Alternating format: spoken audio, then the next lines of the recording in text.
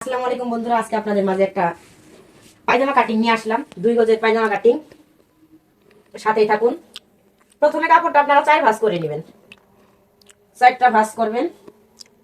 ভাঁজটা করে নিলাম, সুন্দর করে ভাঁজটা করে নেবেন, পরে একটু দেখবেন। 4 ভাঁজ করলেন, 2 গজের পায়জামা, সেটা মনে রাখবেন।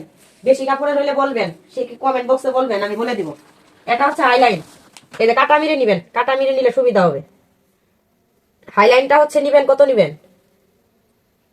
2 গজের পায়জামার হাইলাইন নিবেন 11 নিবেন। এটা হাইলাইন উপরের, পেনের নিচের অংশ। আর মুহুরি নিবেন হচ্ছে 2 গজেরটা মুহুরি নিবেন আপনি যতটুকু নিচে আপনি দিতে পারেন।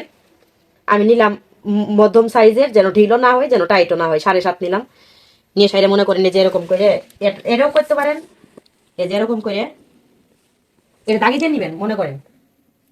তারপর এই যে মাঝখান দিয়ে একটু করে নিবেন, এটা প্যান্টের অংশ বাইর হবে।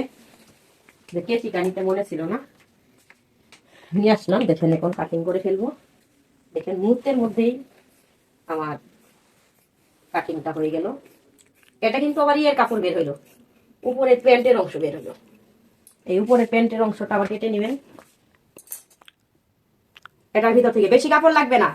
অনেক দর্জিরা বলে যে বেশি লাগবে, 2 গজ 4 গিরা লাগবে না, 2 গজই হয়ে যাবে আপনার কাপড়টা। 13 নিলেন। আবার অংশটা যদি বড় দিতে চান তবুও হবে। অনেক নিয়মে কাটিং আছে, অন্য ইয়েও শিখাবো। এটা সাইজ করে নেন। এটা প্যান্টের অংশ বের হইলো। এই দেখেন, এটা উপরে প্যান্টের অংশ। এই যেখানে একটা জোড়া ছিল, এই জোড়াটা কেটে নিলেন। একটু মনোযোগ দিয়ে দেখবেন, শুধু দেখবেন, দেখে আপনি কাপড়টা নিবেন, নিয়ে আমি যেভাবে কাটলাম এভাবে কেটে নিবেন। সমস্যা থাকলে কমেন্ট বক্সে বলে যাবেন। আর যেটা যেটা প্রয়োজন হয় বলবেন, আমি সুন্দরভাবে বুঝিয়ে দিব আপনাদেরকে। শেষ।